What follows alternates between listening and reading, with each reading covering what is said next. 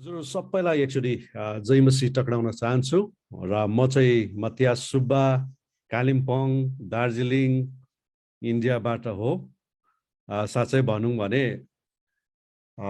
लिम्बू परेको कारणले गर्दाखेरि मेरो बाजेहरू पनि नेपालबाटै आएको हो र उहाँहरूले यहाँ मुङलानमा आउँदाखेरि पैसा टिप्नु आएको प्रभुलाई पो टिपिहालेछ र प्रभुलाई पाउनुभयो। अनि प्रभुलाई पाएपछि उहाँ अहिले यहाँ कालिम्पोङ एउटा पुरानो चर्च छ, पहिला स्कटिस मिसनरिजहरूले बनाएको त्यो चर्चको एउटा सेवकको रूपमा पनि यहाँ चाहिँ प्राचीन भन्छ है। पहिला चाहिँ कस्तो थियो भने यो 10वां अंश चाहिँ चर्चमा ल्याएर दिने थिएन पहिला, यो के भनौँ विधिहरू, र घर घरमै उठाउनु पर्ने 10वां अंश चाहिँ घरमा गयो प्रार्थना गरिदियो 10वां अंश उठ्यो अनि मण्डलीमा ल्याएर आउनु पर्ने। अनि त्यो कार्य चाहिँ उहाँले गर्नुहुन्थ्यो। अङ्ग्रेजीमा क्याटेकिस्ट भन्छ, नेपालीमा चाहिँ खै प्राचीन भन्दो रहेछ, झन्डै एल्डर जस्तो यो एउटा यसको जिम्मेवारी छ। र मेरो बाजे चाहिँ घर घर जानुहुन्थ्यो, प्रार्थना गरिदिनुहुन्थ्यो, भेटी उठाएर मण्डलीमा ल्याइदिनुहुन्थ्यो र उहाँले कालिम्पोङ आएर चाहिँ पैसा टिप्नु आएको प्रभुलाई पाउनु भएछ। अनि मेरो बाजेले पनि सेवा गर्नुभयो। मेरो आमापट्टिबाट पनि अब मेरो बाजे पास्टरै हुनुहुन्थ्यो अनि मेरो बुवा पनि पास्टरै हुनुहुन्छ। अहिलेसम्म पनि उहाँ 87 वर्षमा हिँड्नुहुँदैछ, उहाँले सेवाकाई गरिरहनु भएको छ। अनि म मेरो भाइ हामी सबै नै पास्टरी सेवाकाईमा छौँ र प्रभुलाई धन्यवाद होस्। सबैभन्दा ठुलो सेवाकाई गर्नु पाउनु चाहिँ प्रभुको नै हो। एकजना प्रभुको महान दास विलियम क्यारीले भनेको छ, if God calls you to be a missionary don't stoop down to be a king भनेको छ क्या। यदि परमेश्वरले तिमीलाई मिसनरी हुन बोलाउँछ भने, सेवक परमेश्वरको सेवा गर्न बोलाउँछ भने राजा हुनलाई नझुक भनेको छ। राजा भनेको त ठुलो ओहदा हो नि त, होइन, एउटा राज्यको राजा। तर त्योभन्दा पनि ठुलो ओहदा चाहिँ के हो? परमेश्वरको सेवा गर्नु हो। त्यसकारण यहाँ हजुर जतिजना पास्टर गुरुजनहरू हुनुहुन्छ, सेवकहरू हुनुहुन्छ, आज म तपाईँलाई उत्साह दिन्छु। बेशक यो संसारमा हुँदा हामीलाई दुःख हुन्छ, कष्ट हुन्छ, चुनौती हुन्छ। अहिले भर्खरै अब नेपालको परिस्थितिमा पनि है कसैलाई पक्रिराखेका अवस्थाहरू छ। तर याद गर्नुहोस्, हामीले चाहिँ राजाहरूको राजाको सेवा गर्दैछौँ। हालेलुया। हेर्नुहोस् है, हामी राजा मात्रै होइनौँ तर राजाहरूको राजा सेवा उहाँको सेवाकाई गरिराखेका छौँ। र यो बिहानी पख धेरैजनाको निम्ति अनि अमेरिकातिरबाट हेर्नुभएका प्रियहरू अनि अरू देशहरूबाट हेर्नुभएकाहरूका निम्ति चाहिँ साझा हुन सक्छ। यहाँ हजुरलाई म यही भन्न चाहन्छु, we are in God's business. हामी परमेश्वरको राज्यमा छौँ अनि राज्यको काम गरिरहेका छौँ। अनि यो जतिको शक्तिशाली काम, यो जतिको ठुलो काम अरू केही पनि छैन। र प्रभुलाई वन्स अगेन एकदमै धन्यवाद होस्, प्रशंसा होस्। कतिजना तपाईँहरू उमेरमा आउनुभएको आमा बाबाहरू छ है, तपाईँले यो नभन्नुहोस् खै यो उमेरमा मैले प्रभुलाई पाएँ के गर्नु नानी भन्नुहुन्छ भने तपाईँले ठिकै उमेरमा प्रभुलाई पाउनु भएको छ। याद गरिराख्नुहोस्, अब तपाईँको काम घरमा बसेर पास्टर बुवाहरूको निम्ति प्रार्थना गर्ने, एल्डर बुवाहरूको निम्ति प्रार्थना गर्ने, नबाँचेको आत्माहरूको लागि प्रार्थना गर्ने हो प्रियहरू। यस कारणले गर्दाखेरि तपाईँहरूले पनि सेवाकाई गर्न सक्नुहुन्छ। यताउता हिँड्न नसके पनि तपाईँ कोठामा बसेर प्रार्थना गर्नुहोस् है, संसारको लागि प्रार्थना गर्नुहोस्, नेपालको लागि, भुटान, इन्डिया, धेरै प्रभुमा नबाँचेकाहरू छन्, धेरैको लागि प्रार्थना गर्नुपर्छ है। म तपाईँलाई एउटा कुरा भनौँ उत्साह दिनको निम्ति, बिल्ली ग्राहम एकजना प्रभुको महान दास, उहाँ बितेर जानुभयो प्राय 100 वर्षको उमेरमा। अनि उहाँलाई एक दिन उहाँले प्रचार गर्दाखेरि नि 10,000 20,000 मान्छेहरू है गराङ एकदम आउने, प्रभुलाई ग्रहण गर्ने, रुने। अनि एक दिन एकजना रिपोर्टर आएर, पत्रकार आएर भनेछ, पास्टर बुवा बिली ग्राहम तपाईँको त कति ठुलो इनाम होला है स्वर्गमा भनेर भनेछ है। उहाँले के भन्नुभयो अरे, मेरो भन्दा ठुलो इनाम चाहिँ धेरै आमाहरूको छ, जुन आमाहरूले मेरो पछाडि बसेर प्रार्थना गर्छन्। उनीहरूलाई संसारले चिन्दैनन् तर प्रभुले चिन्छन्। र मलाई लाग्छ मेरो भन्दा बढी इनाम चाहिँ ती आमाहरूको हुन्छ जुन आमाहरूले कोठामा बसेर प्रार्थना गरिराखेको छ। हालेलुया। आज म प्रभुलाई धन्यवाद दिन्छु हाम्रो आमा दिदी बहिनीहरूको निम्ति, जसहरूलाई संसारले चिन्दैन, मिडियामा पनि छैन, उनीहरूको नाम पनि छैन, तर याद गर्नुहोस् तपाईँहरूको नाम चाहिँ स्वर्गमा लेखिएको छ। प्रभुले तपाईँहरूको सम्झना गर्नुहुन्छ। एक दिन निश्चय नै प्रभुले तपाईँलाई ठुलो इनाम दिनुहुनेछ। हालेलुया। हामी धेरैचोटि है पास्टर्सहरूलाई, प्रचारक, अगमवक्ताहरूलाई मात्रै अगाडि देख्छौँ, तर याद गर्नुहोस् प्रभुले चाहिँ पछाडिकोहरूलाई धेरै याद गर्नुहुन्छ। के बाइबलले भन्छ अघिको पछि, पछिको अघि है। बाइबल त अचम्मको पनि छ। यस कारणले गर्दाखेरि बाइबलले भनेको छ प्रभुले नम्रहरूलाई उचाल्नुहुन्छ, घमण्डीहरूलाई भने होच्याउनुहुन्छ। त्यस कारण परमेश्वरको सेवाकाई जो छ, यो सेवाकाई चाहिँ खालि पुलपिटमा गरिने, खालि पास्टरै हुने मात्रै, अगमवक्तै हुने मात्रै, एपोस्टलै हुने मात्रै होइन प्रियहरू। यो सेवाकाई चाहिँ तपाईँ आफ्नो कोठामा बसेर पनि गर्न सक्नुहुन्छ, प्रार्थना गर्न सक्नुहुन्छ, उत्साह दिन सक्नुहुन्छ, र यसरी परमेश्वरको काम चाहिँ बढेर जानेछ। हुन्छ, हामी अब आजको विषयमा हामीहरू पछि गइराखेका छौँ, र हिजो हामीले विशेष गरिकन क्रिस्चियन परिवार विषय लिकन, इसाई परिवार विषय लिकन मैले धेरै कुरा तपाईँहरूलाई भने है। प्रेम, एउटा साँचो प्रेम कस्तो हुन्छ, झुटा प्रेम कस्तो हुन्छ, हाम्रो नानीहरूलाई हामीले कसरी सम्हाल्नु भन्ने कुराहरूदेखि लिएर विवाहको कुरा पनि हजुरहरूलाई मैले भने। अनि विवाह चाहिँ अहिले विवाही नगरीसँगै बस्ने प्रथाहरू चलिराखेको छ, भगाएर बिहा गर्ने प्रथाहरू चलिरहेको छ, केटा केटा केटी केटी बिहा गर्ने कुराहरू आइरहेको छ। एकदमै परमेश्वरले जो रच्नु भएको जुन एउटा योजना विरुद्ध आज मानिसहरू गइराखेको हामीहरू देख्दछौँ। त आज फेरि आउँदाखेरि म तपाईँहरूलाई कहाँ लगिराखेको छु भने, म एउटा कुरा तपाईँलाई भनिरहेको छु। यो कुरालाई एकदमै तपाईँहरूले मनमा राख्नुहोस्। पवित्र विवाह आशिषित ख्रिस्टीय परिवारको जग हो। अब यो कुरा एकदमै गहिरो छ है। Holi marriage is the foundation of a blessed Christian family. पवित्र विवाह आशिषित ख्रिस्टीय परिवारको जग हो। र आज याद गर्नुहोस्, यदि हामीले एउटा असल इसाई परिवार, एउटा उदाहरणीय इसाई परिवारलाई हामीले निर्माण गर्नु हो भने, यसको अगाडि हामीले लिन पर्ने स्टेप, लिन पर्ने कदम चाहिँ हो पवित्र विवाह। अरू कुनै विवाह छैन जुन विवाहद्वारा एउटा असल इसाई परिवारको जग बसाल्न सकिन्छ प्रियरो। यसकारण म आज यहाँ आइकन फेरि पनि हजुरहरूलाई है म उत्साह दिन चाहन्छु। यदि तपाईँहरू कतिजना यहाँ जवान भाइ बहिनीहरू हुनुहुन्छ भने यो भनाइ अलिकति कडा छ, तर सत्य चाहिँ अब तितो नै हुन्छ। तपाईँलाई याद छ है, नेपालबाट आउने त्यो एउटा छ नि तितो सत्य भन्ने है, पहिला पहिला हेर्ने गर्थ्यो, अनि साँच्चै नै सत्य चाहिँ तितो नै हुँदो रहेछ भनेर उहाँहरूले देखाउनुहुन्थ्यो। यस कारणले गर्दाखेरि मैले हजुरहरूलाई हिजो याकुब अनि राहेलको कुरा, इजाक अनि रेबिकाको कुराहरू पनि बताए कि कसरी चाहिँ है एउटा पवित्र विवाह पवित्र प्रेमबाट सुरु हुन्छ भन्ने कुरा है। प्रेम सबैले गर्छ, तर त्यो प्रेममा पनि शुद्धता पवित्रता हुनुपर्छ भन्ने कुरा हिजो मैले हजुरलाई बताइराखेको थिएँ। विवाह गर्नु अघि हरेकले आफूलाई पवित्र राखेको हुनुपर्छ। जवान भाइ बहिनीहरूले, हाम्रो छोराछोरीहरूले, हाम्रो नाति पनातीहरूले है आफूलाई चाहिँ के राखेको हुनुपर्छ? पवित्र राखेको हुनुपर्छ। फेरि आज हाम्रो कति जवान भाइ बहिनीहरू यो मण्डलीभित्र होला, हाम्रो परिवारहरूभित्र होला है, जसले अब यो कुरालाई बुझ्नु सकेको छैन भने हामीले उनीहरूलाई बताउनु पनि अति नै जरुरी छ प्रियहरू। इट्स इम्पोर्टेन्ट, मुख्य छ कि यहाँहरूलाई हामीले पवित्र शुद्धतासँग जीवन बिताउनु पर्छ भनिकन। अब आज मैले तपाईँहरूलाई अलिकति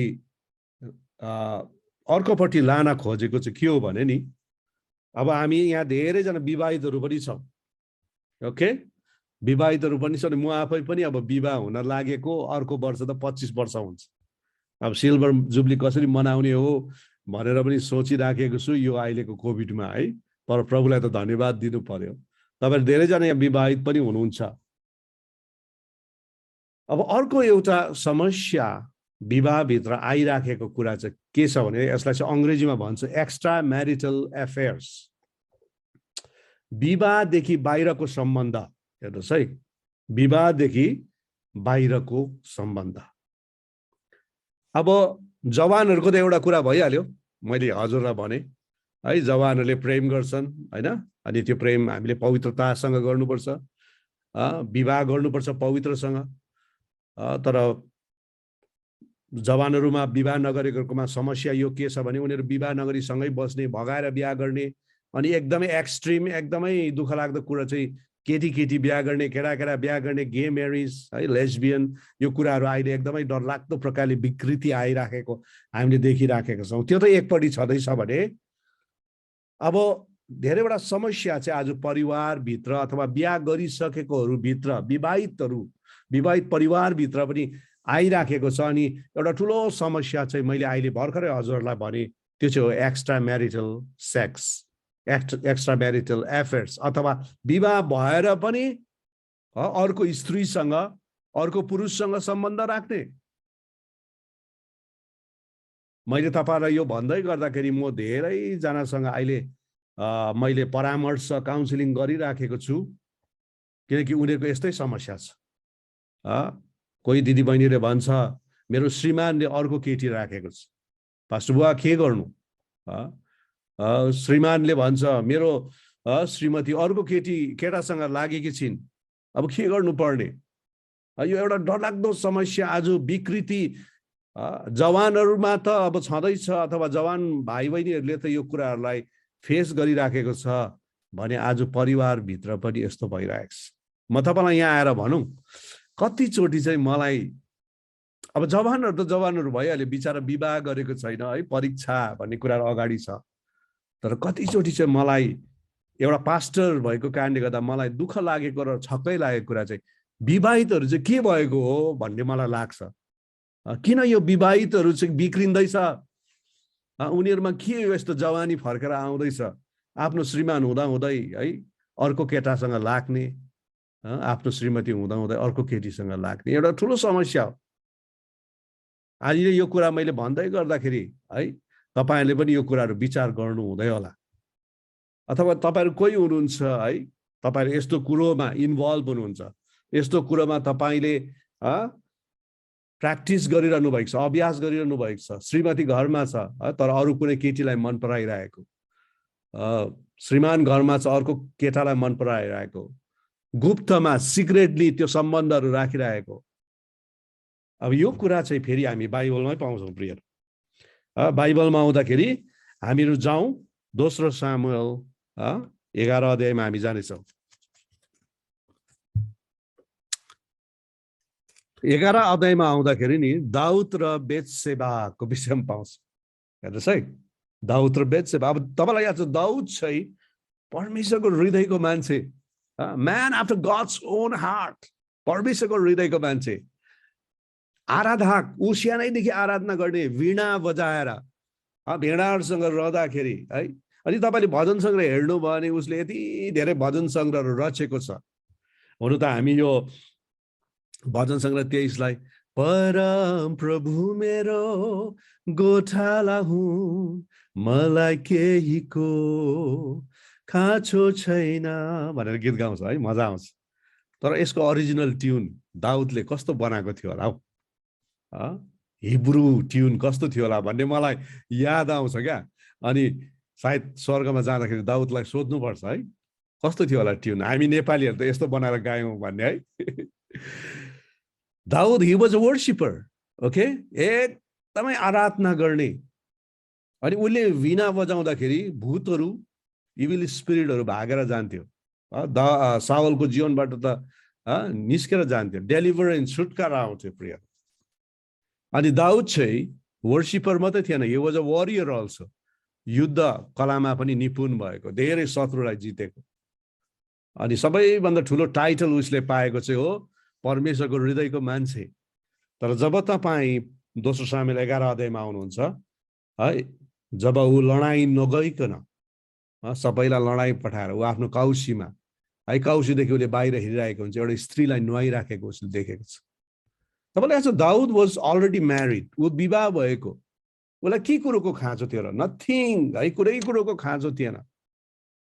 तर पनि जब उसले त्यो स्त्रीलाई देखे नि, उसको मनमा चाहिँ के भयो, व्यभिचारको भावना आउनु थाल्यो। अनि त्यो स्त्रीलाई बोलाएर उसँग व्यभिचार गरेको छ बेतसिबासँग।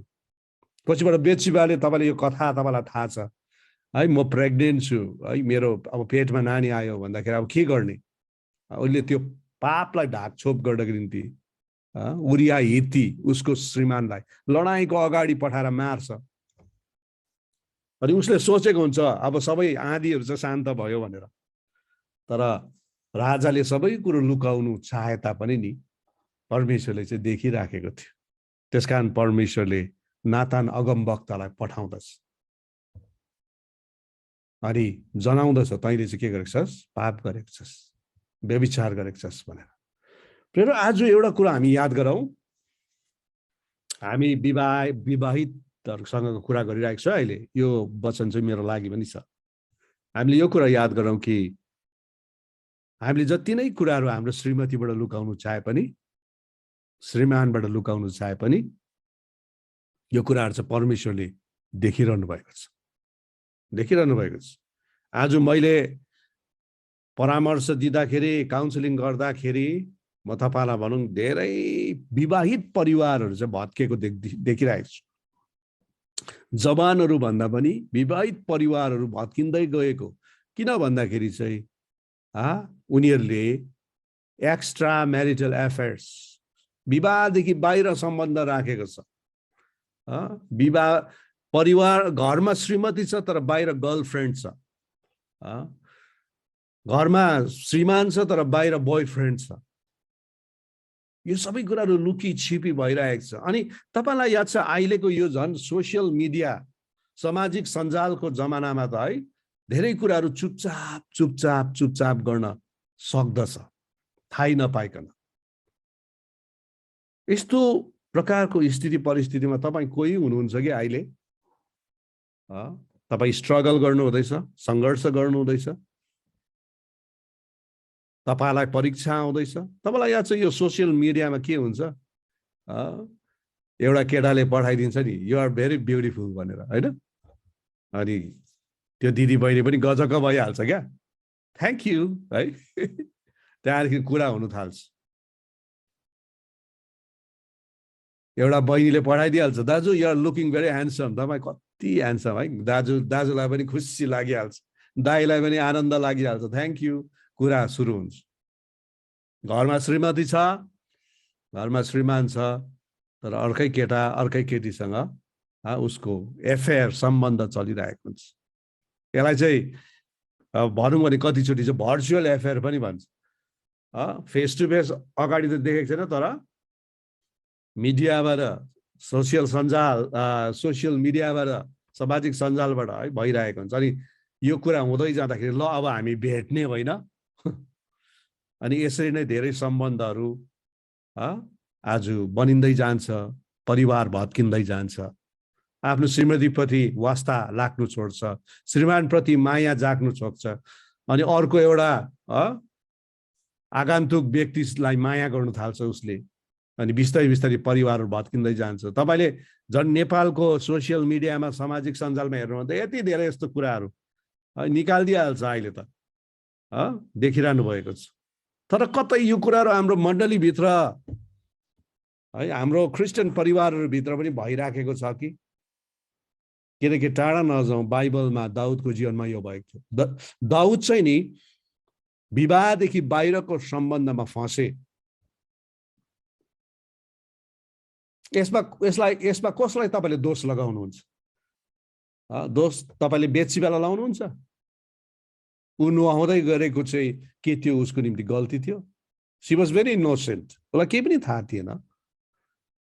तर दाउद जो परमेश्वरले चाहेको मान्छे, हृदयको मान्छे, ऊ आफैले यो कुरो गरिपठाएको छ। फेरि आज यो कुरो भन्दै गर्दा धेरै पास्टर्सहरू, धेरै लिडर्सहरू पनि यसरी एक्स्ट्रा म्यारिटल एफेयर्स है, विवाहदेखि बाहिरको सम्बन्धमा फँसिरहेको हामीले देखेका छौँ। दुःख लाग्दो कुरा। वास्तवमा दाउदले आफैले आफूलाई कन्ट्रोल गर्नुपर्ने हो। अस्ति मैले एउटा विवाहको नि प्री म्यारिटल काउन्सिलिङ गर्दै थिएँ। प्री म्यारिटल काउन्सिलिङ भने विवाह गर्नु अगाडिको परामर्श उहाँहरूलाई गर्दै थिएँ, जवान भाइ बहिनी र विवाह हुन लागेको। अनि मैले सबै उहाँहरूलाई भनिसकेपछि उहाँले भन्नुभयो, भाइ, मैले सोधेँ है, केही छ तपाईँहरूको सोध्ने, केही त्यो विशेष कुरो केही छ भन्दाखेरि त्यो भाइले मलाई यसरी सोध्नुभयो, पास्टर अङ्कल, पास्टर बुवा, अब कोही बेला राम्री केटी देखिहाल्छ नि त होइन, त्यो राम्री केटीलाई हेर्नु है, हेरिपठाउनु के नराम्रो हो भनेर भन्नुभयो। मलाई यसरी सोध्नु भयो क्या। अनि मैले भने राम्री केटी अथवा राम्रे ह्यान्डसम केटालाई हेर्नु नराम्रो होइन। हाम्रो आँखा चाहिँ हामी देख्छौँ नि होइन। एउटा पास्टरले पनि एउटा राम्री केटी देख्दा, पास्टरको श्रीमतीले राम्रो केटा देख्दाखेरि अलि कति ह्यान्डसम कति राम्री भन्नु त्यस्तो नराम्रो केही छैन। त्यो नेचुरल कुरा हो, प्राकृतिक कुरा हो। तर त्यसपछि हृदयमा नराम्रो कुराहरू सोच्दै त्यसलाई कार्यमा ल्याउनु चाहिँ त्यो चाहिँ डरलाग्दो पाप हुन्छ भनेर उहाँलाई सम्झाइराखेको थिएँ।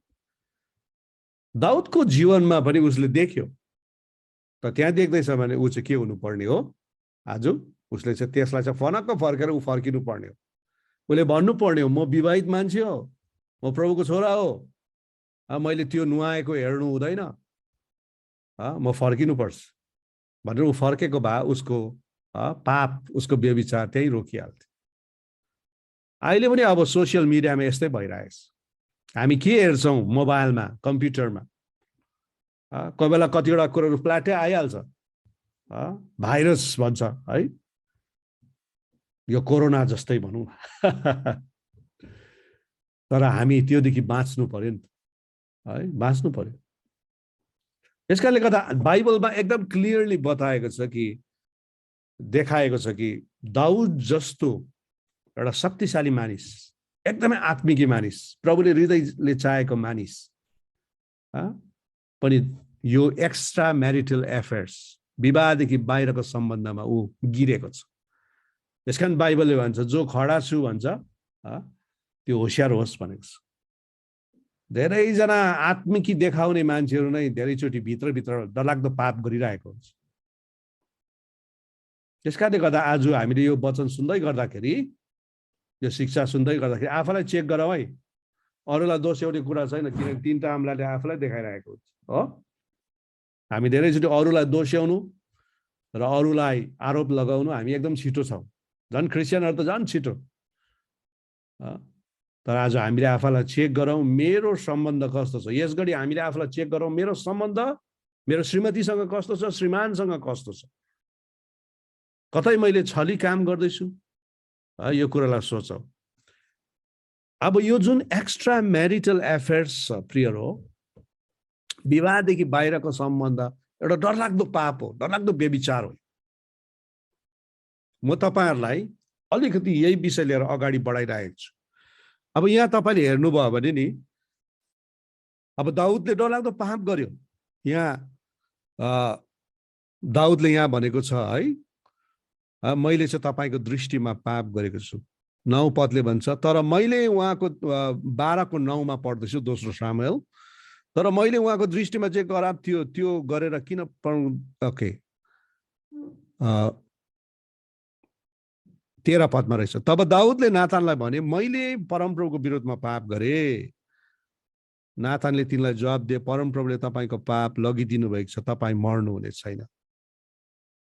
तर यस कामद्वारा तपाईँले परमप्रभुका शत्रुहरूलाई भयङ्कर घृणाको मौका दिनुभयो, यसैले तपाईँबाट जन्मेको छोरा चाहिँ मर्नेछ। हेर्नुहोस् न, तपाईँलाई यहाँ छ पुरानो नियम चाहिँ व्यवस्थाको नियम हो।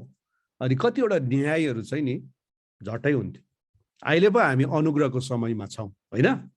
अनुग्रहको समयमा भएको कारणले गर्दाखेरि परमेश्वरले हामीलाई झट्टै न्याय गर्नुहुन्न। तर फेरि बाइबलले भन्छ अनुग्रह छ भन्दामा हामी पाप गरिरहँ, त्यसो नहोस् भनेको छ। आज हामीले जान्नुपर्छ कि अनुग्रह छ भन्दामा हामीले पापी जीवन, पाप गरिरहने यस्तो परमेश्वरले चाहनुहुन्न। वास्तवमा हामीलाई अनुग्रह परमेश्वरले दिनुभएको छ नि, ताकि हामी प्रभुमा अझै गहिरो प्रकारले बढ्नु सकौँ, प्रभुमा बलियो हुन सकौँ। तपाईँलाई याद छ विद्यार्थीहरूलाई कतिचोटि फेल हुँदाखेरि शिक्षक शिक्षिकाहरूले नि ग्रेस मार्क भन्छ क्या, त्यो अनुग्रह कृपा गरेर मार्क्स थपिदिन्छ र उनीहरूलाई पास गरिदिन्छ। शिक्षकहरूको चाहना छ कि उनीहरू चाहिँ राम्रो पढोस्, उनीहरूलाई उत्साह दिनको निम्ति। तर घरिघरि फेल हुँदै, त्यो ग्रेस मार्क दिँदै, फेल हुँदै ग्रेस मार्क दिँदै, त्यस्तोको लागि होइन। टिचरहरूले यदि कुनै स्टुडेन्ट विद्यार्थी क्लास 8 मा फेल भयो, 5 मार्क्सले फेल भयो, ऊ हिसाबमा, म्याथमेटिक्समा, गणितमा, उसलाई 5 मार्क्स थपेर 9 पुर्याउँछ, ताकि अब 9 मा चाहिँ राम्रो गरोस् भनेर।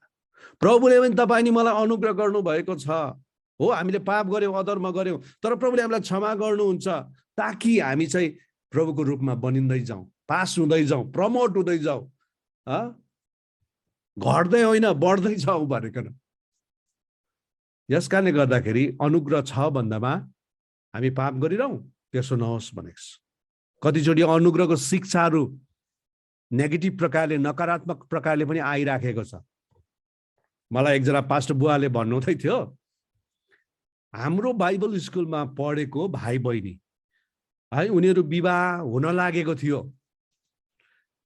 अनि हामी खुसी पनि थियौँ, तर पछि गएर त सँगै बस्नु थालेछ, विवाह नगरी सँगै बस्नु थालेछ। अनि त्यो पास्टर बुवाले सोध्नु भएछ त्यो भाइ बहिनीलाई, हेर तिमीहरूको त विवाह भएको छैन त तिमीहरू किन सँगै बस्दैछौ भन्दाखेरि उनीहरूले के भनेर याद छ तपाईँलाई? हामी चाहिँ अनुग्रह मुनि छौँ, व्यवस्था मुनि छैनौँ। यहाँ बिहे गरेर सँगै बस्नुपर्छ भन्ने छैन, प्रभुको अनुग्रह छ। We are under grace. यो ग्रेसभित्र हामीले जे गर्दा पनि हुन्छ, प्रभुले क्षमा गरिहाल्नुहुन्छ भनेको उत्तर दिएछ। प्रियहरू, आज हामी होसियार गरौँ है, यस्तो शिक्षाहरू पनि आइरहेको छ। अनुग्रहको शिक्षा, जुन शिक्षा मुनि पवित्रतालाई भन्दाखेरि पापलाई बढी कतिचोटि महत्त्व दिइरहेको छ। क्षमा गरिहाल्छ भने। त आज यहाँ आउँदाखेरि चाहिँ दाउदले भन्छ मैले के गरेँ? पाप गरेँ। दाउदको एउटा ब्युटिफुल कुरा चाहिँ मलाई मन परेको चाहिँ, दाउद चाहिँ नि जब उसले पाप गरिन् ऊ कायल भयो। मैले दाउदको जीवनलाई स्टडी गर्दाखेरि उसले यति साह्रो परमेश्वरको नजिक जीवन बिताएको थियो कि उसले भनौँ भने जीवनमा त्यस्तो डरलाग्दो पाप गरेन। उसको जीवनमा एउटा दुईटा पापलाई मात्रै हामीहरू गन्तीमा ल्याउन सक्छौँ। एउटा चाहिँ यो व्यभिचारको पाप हो, अर्को चाहिँ उसले जनगणना गरेको थियो, जसले चाहिँ एउटा ठुलो सङ्कटै ल्याएको थियो। नभए ऊ एकदमै प्रभुको नजिक बस्ने भएको कारणले गर्दाखेरि ऊ चाहिँ प्रभुप्रति एकदमै स्पर्शीय, सेन्सिटिभ थियो, संवेदनशील थियो। अनि जब अगमवक्ता नातानलाई पठायो, उसले भन्दैछ है मैले पाप गरेको छु। अर्को भाषामा उसले पश्चाताप गर्यो। त्यसकारण उसले भजन सङ्ग्रह 51 मा लेख्छ नि, चूर्ण र पश्चातापी हृदयलाई तपाईँले तुच्छ ठान्नुहुन्न। You will not despise the contrite and humble heart भनेको छ। आज प्रियहरू, ब्युटिफुल कुरा चाहिँ प्रभुमा यो छ। व्यभिचार छँदैछ, पाप छँदैछ, परीक्षा छँदैछ, तर एउटा ब्युटिफुल कुरा प्रभुमा चाहिँ के छ? क्षमा छ। तर क्षमा चाहिँ त्यो व्यक्तिलाई छ जसले चाहिँ पश्चाताप गर्छ, दाउद जस्तो। त्यसकारणले गर्दा आज हामी कोही यस्तो प्रकारको सम्बन्धहरूमा, एक्स्ट्रा म्यारिटल एफेयर्स, विवाहदेखि बाहिरको सम्बन्धहरूमा हामीहरू पढिराखेको छौँ। हामीलाई परीक्षा हुँदैछ, कसैले हामीलाई टेम्पटेसन गर्दैछ भरे आज म तपाईँलाई भन्न चाहन्छु, हामी होसियार गरौँ है प्रियहरू। अनि कतिचोटि फसिसकेको छौँ भने अब फर्काउँ, पश्चाताप गरौँ। अब यहाँ आउँदाखेरि आज म तपाईँलाई एक्स्ट्रा म्यारिटल एफेयर्सको विषयमा अलिकति राम्रोसँग बताइरहेको छु, किनभने यो डरलाग्दो कुरा हो, यो परिवारलाई भत्काउने कुरा हो, क्रिस्चियन इसाई परिवारलाई भत्काउने कुरा हो। यस कारणले गर्दा यो विषय लिएर अलिकति राम्रोसँग हामीले हेर्नु अति नै आवश्यक छ। अब के छ भने नि, त्यसपछि चाहिँ यहाँ सबैभन्दा डरलाग्दो कुरा भएको छ है। म तपाईँलाई अब बताउँछु है। दाउदको जीवन नि जबसम्म उसले व्यभिचार गरेन तबसम्म उसको जीवनमा यति धेरै परमेश्वरको आशिष, परमेश्वरको अगुवाई थियो। तर जब उसले व्यभिचार गर्यो अथवा विवाहदेखि बाहिरको सम्बन्धमा ऊ फस्यो, पापमा गिर्यो, यद्यपि उसले पश्चाताप गर्यो र प्रभुले पनि क्षमा गर्नुभयो, तर त्यसपछि नि उसको परिवार चाहिँ भत्किन लाग्यो। मैले के भन्दैछु राम्रो सुन्नु होला। उसले व्यभिचार गर्यो, विवाह बाहिर सम्बन्ध राख्यो, पाप गर्यो। प्रभुले देखाउनु भयो नाथान अगमवक्ताबाट, उसले क्षमा माग्यो, पश्चाताप गर्यो, तर त्यसको फल भनौँ न, त्यसको प्रतिफल उसको परिवारमा डरलाग्दो पर्यो। अनि त्यो चाहिँ के भयो? हामी यो हेर्नेछौँ अहिले है, हामी हेर्नेछौँ। किनभने यो कुराहरू बुझ्यौँ भने नि हामी यस्तो एक्स्ट्रा एफेयर अथवा विवाहदेखि बाहिरको सम्बन्धहरूदेखि बाँच्छौँ हामी। नभए अहिले सबै कुरो हल्का भइरहेछ, चल्बे होगा कुछ नै होगा, श्रीमतीले थाहा पाउँदैन, श्रीमानले थाहा पाउँदैन। आज यो डरलाग्दो कुराहरू भइरहेछ मण्डलीभित्र। म तपाईँलाई भनिरहेको छु, यसको प्रतिफल चाहिँ दाउदले भोग्नु पर्यो है। परमेश्वरले बेशक क्षमा गर्नुभयो, तर उसले नै पाप गरेको थियो, व्यभिचार गरेको, त्यसको प्रतिफल चाहिँ उसले भोग्नु पर्यो। सबैभन्दा पहिलो कुरो के भयो? उसको बेत्सिबाबाट जन्मेको छोरा मर्यो। हेर्नुहोस् है, दोस्रो सामुएल 12:18 यसरी भन्छ, 7औं दिनमा बालक मर्यो। 7 दिनसम्म दाउद चाहिँ भुइँमा बसेर प्रार्थना गरिरहेको थियो, प्रभु बचाउनुहोस् मेरो छोरालाई, मैले पाप गरेँ। तर प्रभुले यो कुरालाई चाहिँ तय गरिसक्नु भएको थियो, डिसाइड गरिसक्नु भएको थियो। ठिक छ, दाउदलाई म मार्दिनँ, तर यसको छोरालाई चाहिँ म मार्छु, तय गरिसकेको थियो। परमेश्वरको डिसिसन हो। तपाईँ र मैले परमेश्वरको निर्णयलाई कहिले पनि उल्ट्याउनु सक्दैन प्रिय।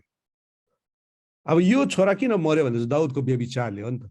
दाउदले विवाहदेखि बाहिर सम्बन्ध राखेको कारणले गर्दाखेरि उसको छोरा मर्यो। त्यो इनोसेन्ट, याद गर्नुहोस् प्रियरो, जब हामी विवाहदेखि बाहिर सम्बन्ध राख्छौँ नि, धेरै इनोसेन्टहरूको, धेरै निर्दोषहरूको हत्या हुँदछ, मृत्यु हुँदछ प्रिय।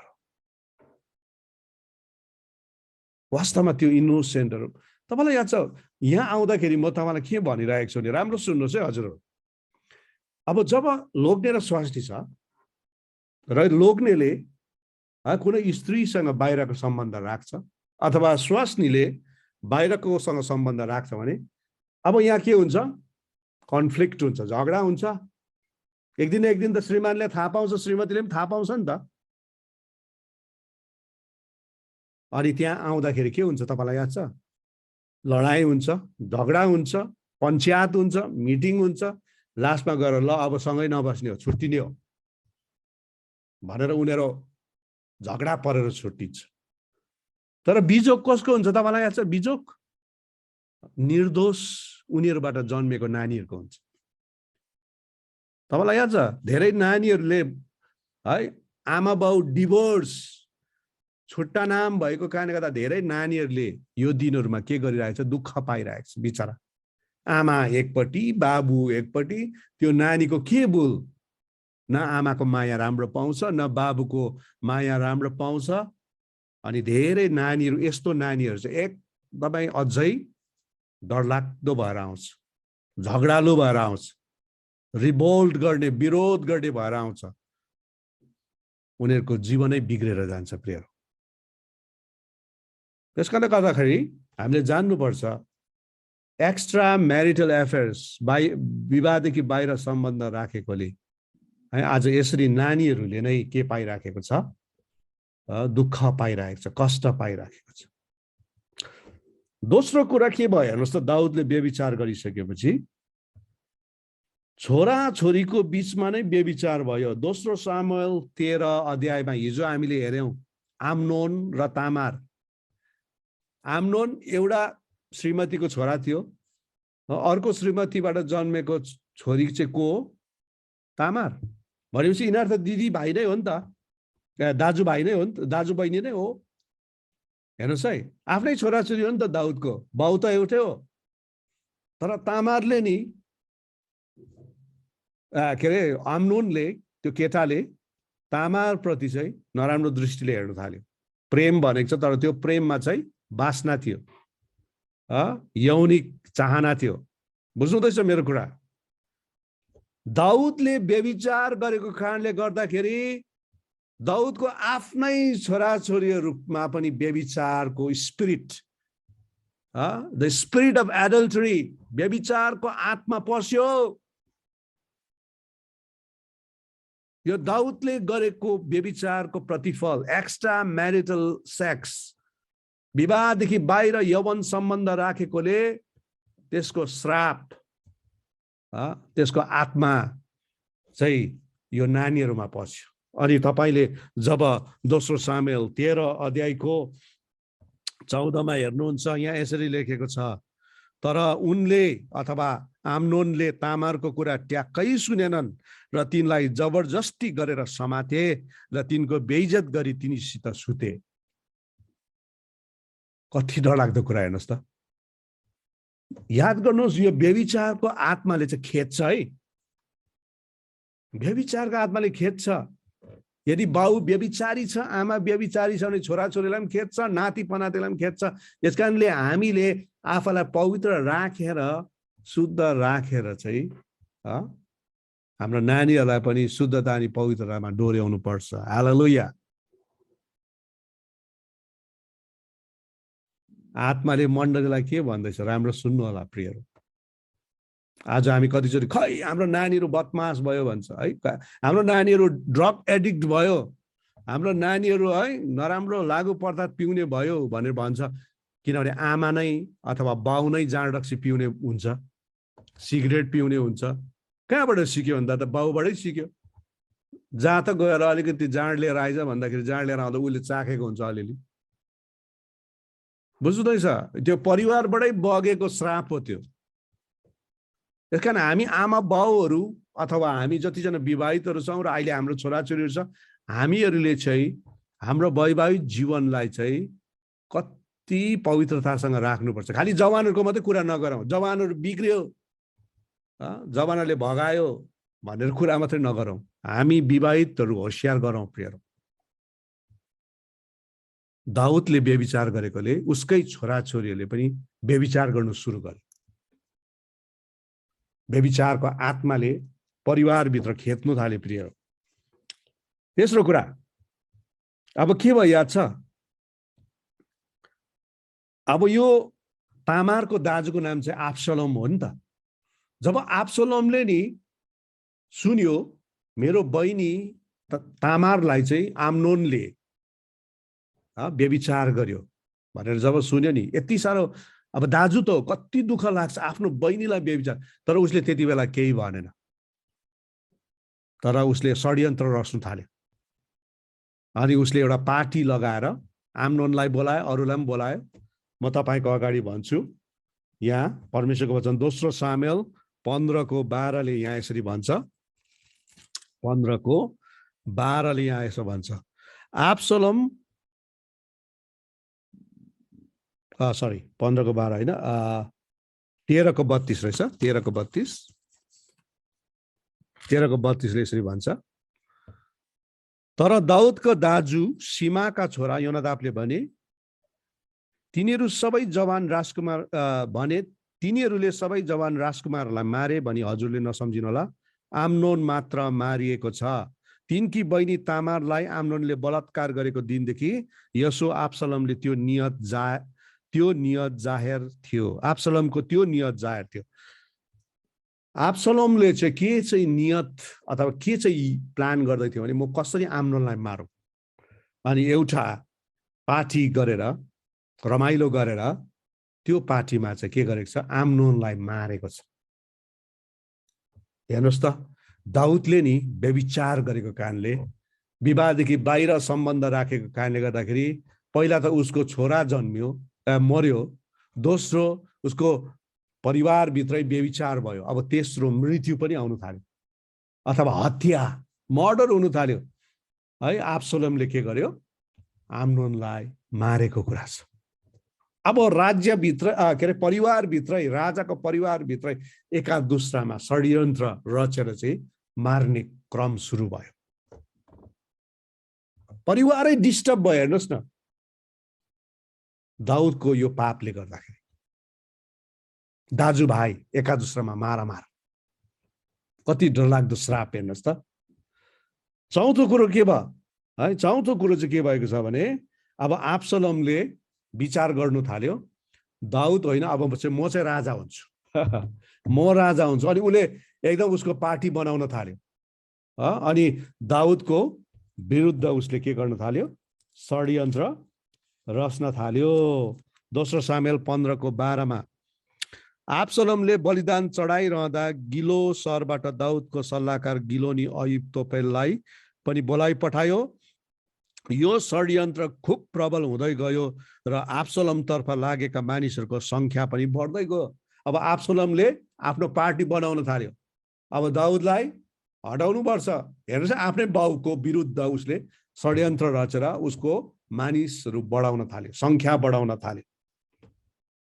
दाउदले व्यभिचार गरे पश्चात भएको कुरा हो।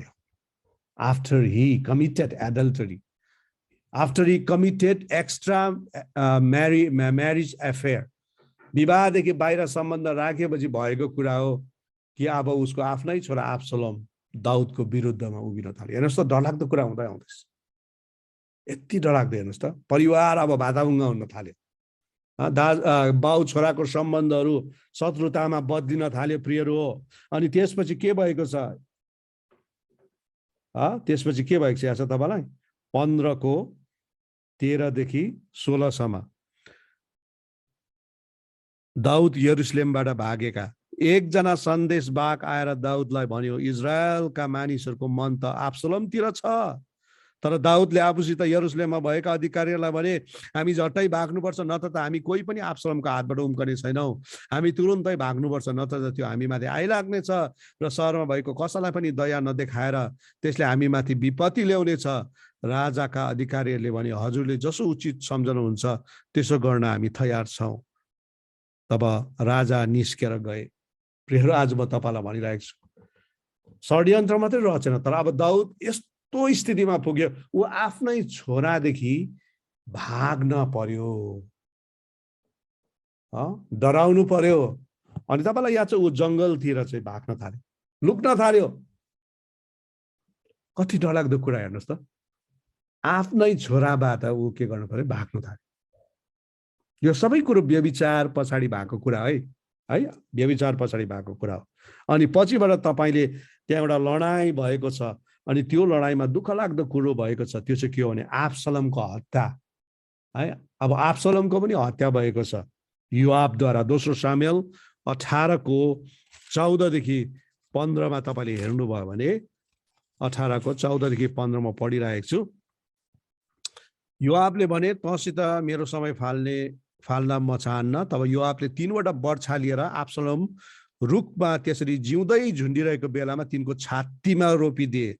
तब योआबको हतियार बोक्ने 10 जना मानिसहरूले अब्सलोमलाई घेरे र तिनलाई प्रहार गरे र मारे। तपाईँलाई याद छ, अब्सलोम चाहिँ है लामो केस भएको ह्यान्डसम केटा थियो, राजकुमार। अनि जसै आफ्नो बाउको विरुद्ध त्यहाँ एउटा लडाइँ भयो, अनि योआबले उसलाई त्यो लडाइँमा मारेको कुरा हामी पाउँछौँ। यसरी दाउदको जीवन व्यभिचारदेखि अगाडि, विवाहदेखि बाहिर सम्बन्ध राख्नु अगाडि यति राम्रो जीवन, यति आशिषित जीवन थियो। तर जब उसले विवाहदेखि बाहिर सम्बन्ध राखेर बेत्सिबासँग व्यभिचार गरे, बेत्सिबाको श्रीमान हित्ती उरियालाई लडाइँको अगाडि हालेर मारिदिए, त्यहाँदेखि उता यद्यपि परमेश्वरले उसको पाप क्षमा गर्नुभयो, तर दाउदको जीवनमा चाहिँ के आउँदै गयो? एउटा डिस्टर्सन है, पतन आउँदै गयो। आशिष भन्दाखेरि पनि श्राप आउँदै गयो।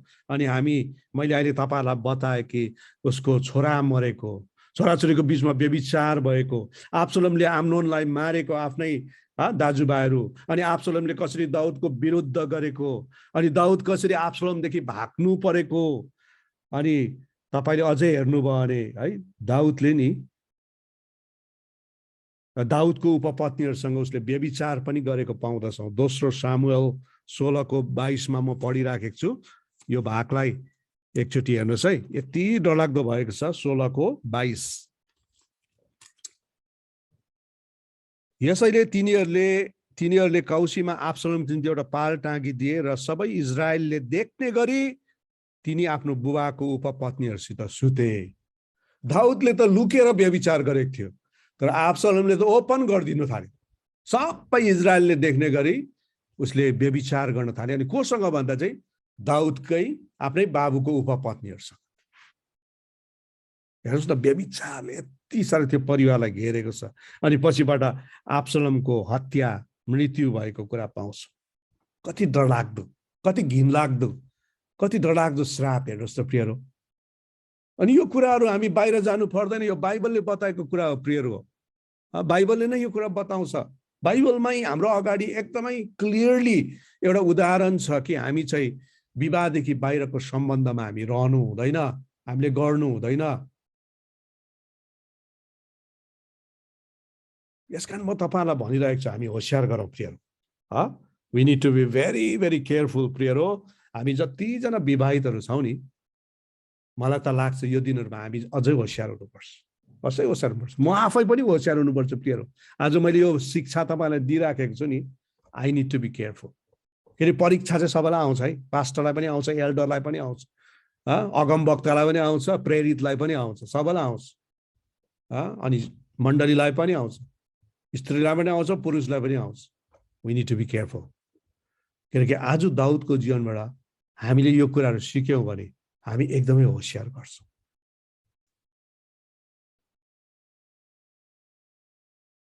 एक्स्ट्रा म्यारिटल एफेयर्स, विवाहदेखि बाहिरको सम्बन्धदेखि चाहिँ है एकदमै हामी होसियार रहौँ भनिकन म तपाईँहरूलाई आह्वान गर्दछु। नभए दाउदले जस्तो हामीले पनि दुःख कष्ट भोग्नुपर्छ। किनकि दाउदको नि व्यभिचार गरेपछिको जीवन चाहिँ साह्रै दुःखमय भयो, साह्रै माया लाग्दो भयो। मैले एउटा कुरा पनि देखेको छु कि प्रियहरू, आमा बाउले भागेर बिहा गर्छ, छोराछोरीले पनि भागेर बिहा गर्न थाल्छ, किनभने त्यो स्पिरिटले पछ्याउँछ क्या। अनि यो कुराहरू मैले मण्डलीहरूमा देखेको छु। तर आमा बाउले पवित्र बिहा गर्छ, छोराछोरीले पनि पवित्र बिहा गर्दै जान्छ, त्यो ब्लेसिङ फ्लो है, परमेश्वरको आशिष बग्दै जान्छ। आज म तपाईँलाई भनिराखेको छु, हामी होसियार गरौँ है, हामी होसियार गरौँ। सायद तपाईँहरू कतिजना भागेर बिहा गर्नु भएको होला, तर अब तपाईँले यो दिएको शिक्षालाई राम्रो सिकेर आफ्नो नानीलाई सिकाउनुहोस्, ताकि त्यो कर्स, त्यो श्राप चाहिँ है नपछ्याएको होस्, त्यसले नपछ्याएको होस्। तर अब चाहिँ तपाईँहरूको नानीहरूमा पवित्रता आएको होस्, उनीहरूले पवित्र विवाह गरेको होस्, ताकि आउने सन्तान, दर सन्तानले चाहिँ पवित्रतामा जीवन बिताएको होस् जब इसाई परिवारको कुरा आउँछ।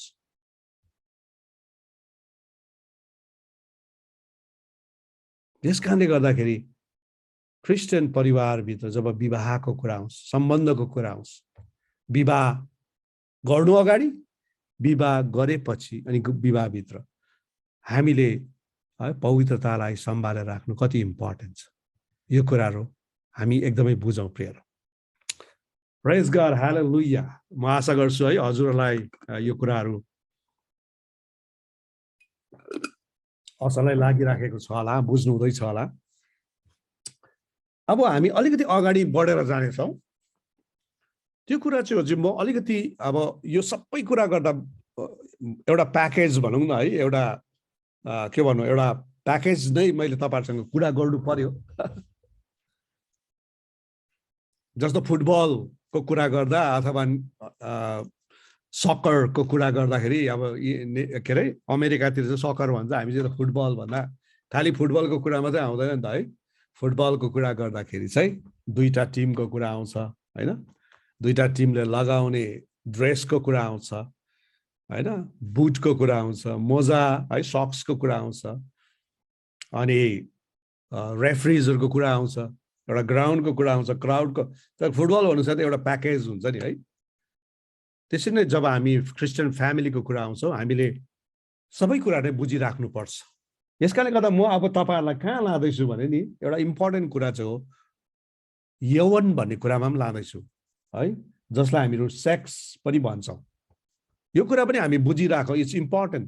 अनि मैले भनिहालेँ नि, हिजो पनि भन्दै थिएँ, त्यहाँ यहाँ कतिजना तपाईँहरू जवानहरू हुनुहुन्छ होला, भाइ बहिनीहरू हुनुहुन्छ होला, छोराछोरीहरू, अब कतिजना चाहिँ हामी आमा बाउहरू छौँ। त जवानहरूले बुझ्नुपर्ने कुरा अनि हामी आमा बाउले पनि बुझ्नुपर्ने कुरा, अनि हामी आमा बाउले पनि नानीहरूलाई सिकाउनु पर्ने कुरा, यो कुरा एकदमै इम्पोर्टेन्ट छ। यसकारण जब हामी यौवनको विषयमा आउँछौँ भने एउटा प्रश्न आउँछ, यौवन भन्ने कुरा चाहिँ राम्रो हो कि नराम्रो हो? Is it bad or good? जब हामी संसारको दृष्टिकोणले हेर्छौँ भने नि, संसारको दृष्टिकोणले चाहिँ यौवन चाहिँ नराम्रो, यसको एउटा इमेज, छवि चाहिँ देखाइदिएको छ। सेक्स इज ब्याड, यौवन चाहिँ नराम्रो हो भनेर देखाइदिएको छ। म पास्टर मतिया सुब्बाले नि एउटा कुनै पनि किताब, सेक्स लेखेको किताब मैले बोकेर हिँड्यो भने मलाई मान्छेले के सोच्छन् होला, मण्डलीले के सोच्छन् होला है, मण्डलीले के सोच्छन् याद छ, ला पास्टर मतिया सुब्बा त बिग्रेछ है, बिग्रेछ भनेर उनीहरूले सोच्छन्। किनभने हाम्रो जुन बुझ्ने तरिका छ अनि संसारले हामीलाई जुन प्रकारले बुझाएको छ, देखाएको छ कि यौवन, सेक्स भन्ने कुरा चाहिँ एकदमै नराम्रो हो भनेर। तर आज म तपाईलाई फेरि बाइबलबाटै बताउन चाहन्छु यौवन भन्ने कुरा के हो। अनि यो कुरा हामी बुझौँ, हाम्रो नानीहरूलाई पनि बुझौँ, नानीहरूले पनि बुझोस्, ताकि नकारात्मक जुन विचार, नकारात्मक अन्डरस्ट्यान्डिङ, बुझाइ छ, यसबाट चाहिँ हामी छुटकारा पाउन सकौँ। यसकारणले गर्दाखेरि के आउँछ भने एउटा अर्डर आउँछ क्या, एउटा सिक्वेन्स छ, लभ, म्यारिज एन्ड सेक्स है, प्रेम, विवाह अनि यौवन भन्ने कुरा आउँछ क्या प्रियहरू। अब संसारको चाहिँ कस्तो छ भने लभ, सेक्स, त्यसपछि मात्रै म्यारिजको कुरा आउँछ। संसारको चाहिँ यस्तो छ अर्डर। तर बाइबलले अर्डर चाहिँ के हो, पहिला प्रेम गर, त्यसपछि पवित्र विवाह गर, त्यसपछि यौवनको कुरा आउँछ प्रिय।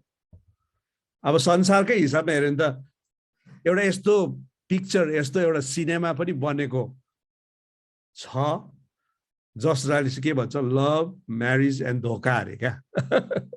लभ, म्यारिज एन्ड धोका, प्रेम, विवाह अनि धोका। तर बिब्लिकली हेऱ्यो भने चाहिँ लभ, म्यारिज एन्ड सेक्स, खास अर्डर चाहिँ त्यो नै हो। किनभने प्रेम गर्दा पनि हामी यौवन सम्बन्ध राख्दैनौँ, अनि विवाह पछाडि मात्रै हामी यौवन सम्बन्ध राख्छौँ। अनि विवाह बाहिर पनि यौवन सम्बन्ध राख्दैनौँ, विवाह भित्र मात्रै राख्छौँ। यो चाहिँ बाइबलीय कुरा हो प्रिय। अब अगाडि बढेर जाउँ, बाइबलले के भन्छ त यौवन विषय लिएर, यो पनि अलिकति हामी बुझिराखौँ है। हामी बाइबलमा जाउँ, उत्पत्ति 1:26। ओके, उत्पत्ति 1:26। उत्पत्ति 1:26ले के भन्छ हेर्नुहोस् त, एकदम हामीले जानिरहेको पद हो। अनि परमेश्वरले भन्नुभयो, मानिसहरूलाई आफ्नै स्वरूपमा, हाम्रै प्रतिरूपमा बनाऊ। अनि परमेश्वरले भन्नुभयो, मानिसलाई आफ्नै स्वरूप र आफ्नै प्रतिरूपमा बनाऊ।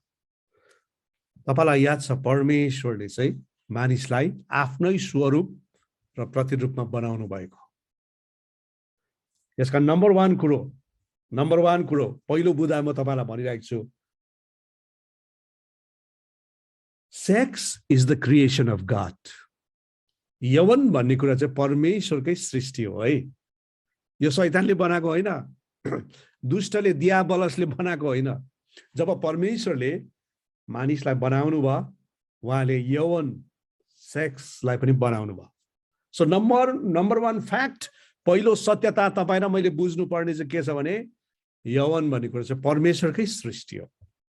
ओके, दोस्रो कुरो म तपाईलाई बताइरहेको छु, फेरि 1:26मा जो बताएको छ, मानिसलाई हाम्रै स्वरूप र हाम्रै प्रतिरूपमा बनाऊ भन्दाखेरि चाहिँ के परमेश्वर पनि नाक मुख भएको हुनुहुन्छ मान्छे जस्तै भन्ने कुरा पनि प्रश्न आउँछ। तर परमेश्वरको स्वरूप र परमेश्वरको प्रतिरूप भनेको चाहिँ के हो भन्दा चाहिँ, परमेश्वरले मान्छेलाई बनाउँदा नि परमेश्वर चाहिँ जस्तो धार्मिक हुनुहुन्थ्यो, मानिसलाई पनि त्यस्तै बनाउनु भयो। किनभने त्यति बेलासम्म पाप पसेको थिएन।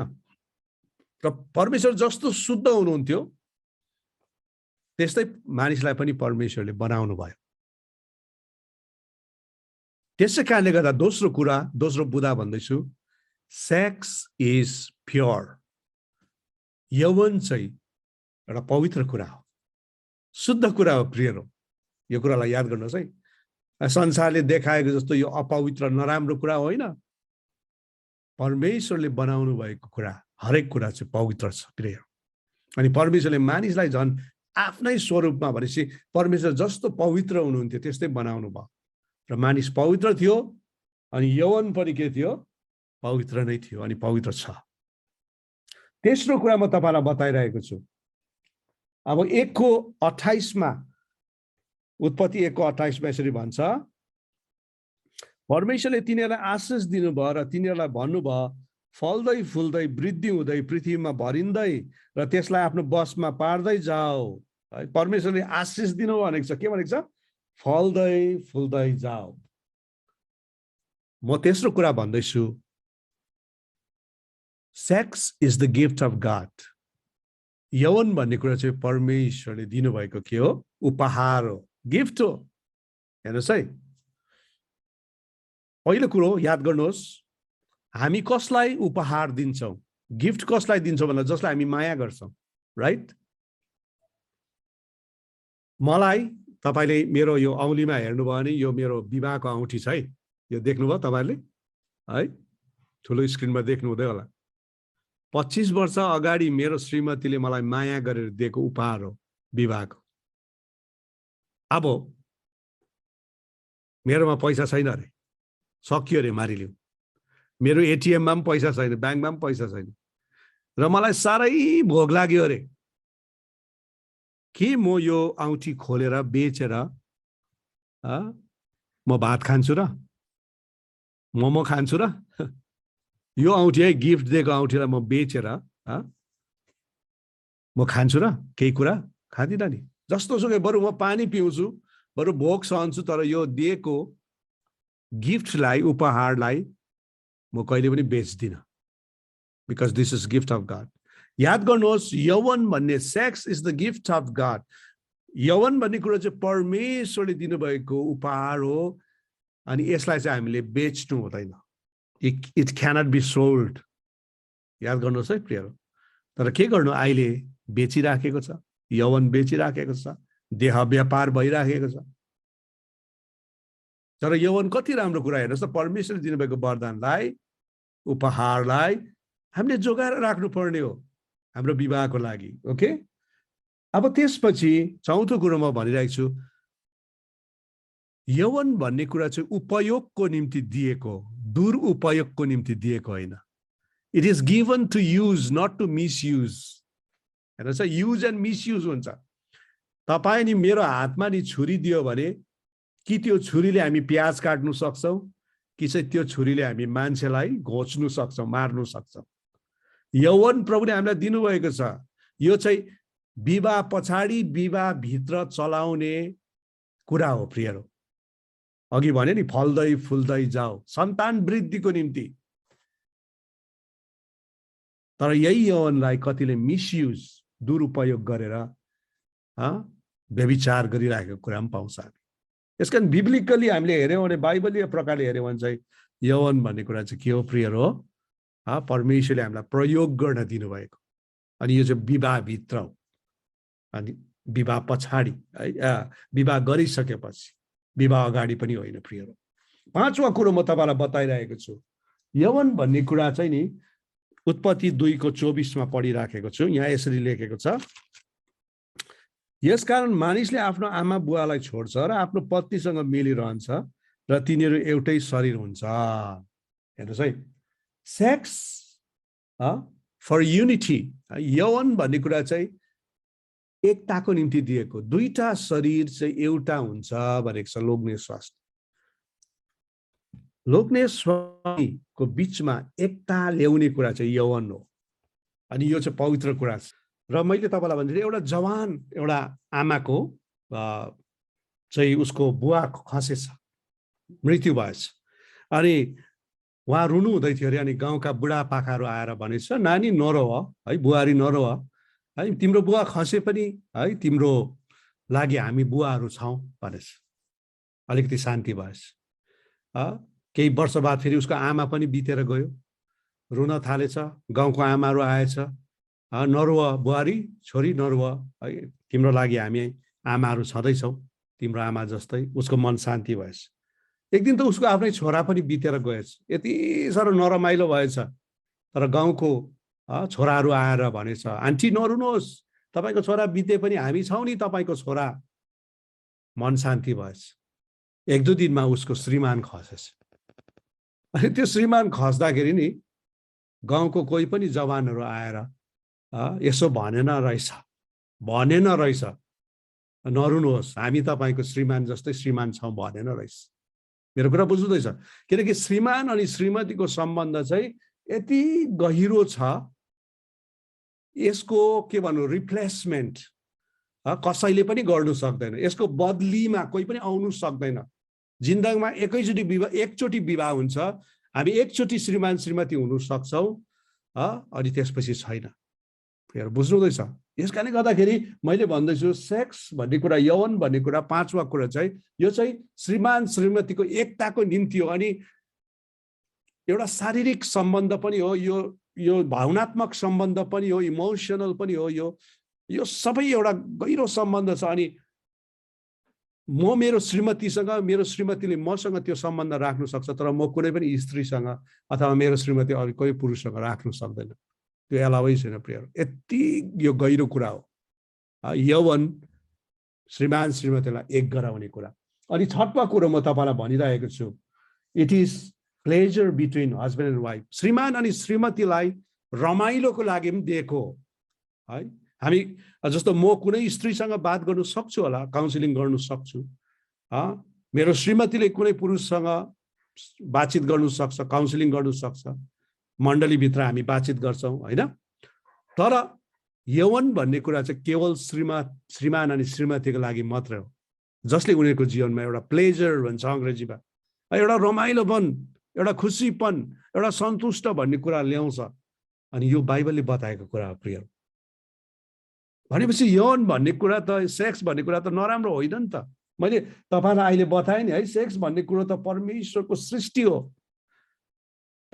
दोस्रो कुरो यो त एकदमै शुद्ध पवित्र कुरा हो यौवन भन्ने कुरा। तेस्रो यो परमेश्वरले दिनुभएको उपहार हो मानव जातिलाई।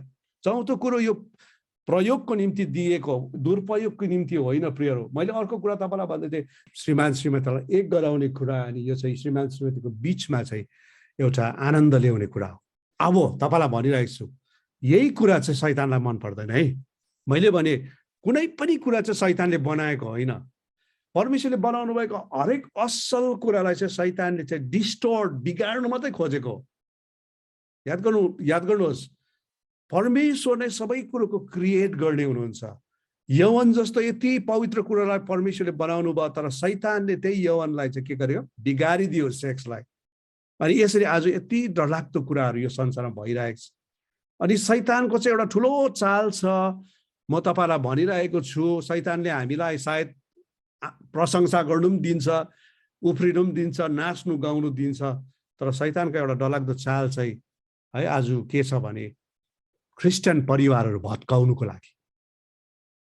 यसले गर्दाखेरि यसले चाहिँ कता आक्रमण गर्दैछ, सेक्समा, यौवनमा आक्रमण गर्दैछ। त्यो यौवनलाई चाहिँ एकदमै नराम्रो प्रकारको दृष्टिकोणमा ल्याइदिएर यसलाई बिगारिरहेको छ। यद्यपि यौवन परमेश्वरले बनाउनै भएको विवाहको निम्ति, श्रीमान श्रीमतीको निम्ति एउटा पवित्र भन्दा पनि पवित्र एउटा गिफ्ट हो, उपहार हो। हेर्नुहोस् न कति राम्रो कुरा हो। तर शैतानले यो कुरालाई बिगारेर आज हामीलाई व्यभिचारमा, परमेश्वरदेखि टाढो, मण्डलीलाई भत्काउनु, परिवारलाई भत्काउनु खोजिरहेको छ। यस कारणले गर्दा हामी अति नै सतर्क रहनु पर्ने इम्पोर्टेन्ट कुरा छ है प्रियहरू। अब यसलाई अलिकति अगाडि बढाएर लैजाउँ। म तपाईँलाई बताइरहेको छु, त्यो चाहिँ के हो भने रङ इक्जाम्पल्स अफ सेक्सुअल एक्ट्स, यौनिक कार्यहरूको भुल उदाहरणहरू के छ। यौवनको कुराहरूमा मैले तपाईँलाई अहिले भनिरहेको छु। यसको भुल उदाहरणहरू के छ भन्दाखेरि चाहिँ सबैभन्दा पहिलो कुरा चाहिँ म तपाईँलाई भनिरहेको छु एडल्टरी। एडल्टरी भनेको चाहिँ के हो, व्यभिचार। यहाँ लेवीको किताब 20 को, किनकि वचन पनि हामीले हेर्नै पर्छ। मैले तपाईँलाई मुखले मात्रै भन्यो भने सायद कति कुरो गाह्रो हुन्छ। 20:10 पढिरहेको छु। लेवी 20:10 यदि कसैले अर्काको पत्नीसित व्यभिचार गर्यो भने व्यभिचारी र व्यभिचारिणी दुवै मारिनुपर्छ। पुरानो जमानामा त नि डरलाग्दो थियो, ढुङ्गाले हानेर मारिहाल्थ्यो हो। अहिले पो हामी अनुग्रहको छत्र छायामुनि छौँ र बाँचेका छौँ।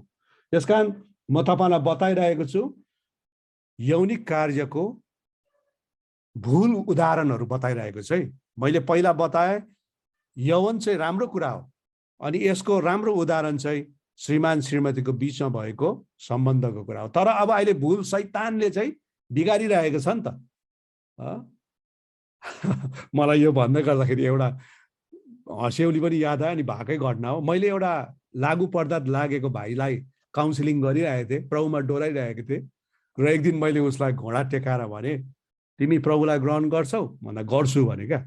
अनि मैले उसलाई भने यो तिमीलाई जे खानु लाउँदैछ बिगार्दैछ नि यो चाहिँ शैतानले हो भन्ने कुरा उसलाई मैले भनेको थिएँ। उसले के भन्यो भने नि दाजु त्यो शैतान कहाँ छ, शैतान त्यसलाई चाहिँ म एकै घुसीमा लडाइदिन्छु अरे क्या।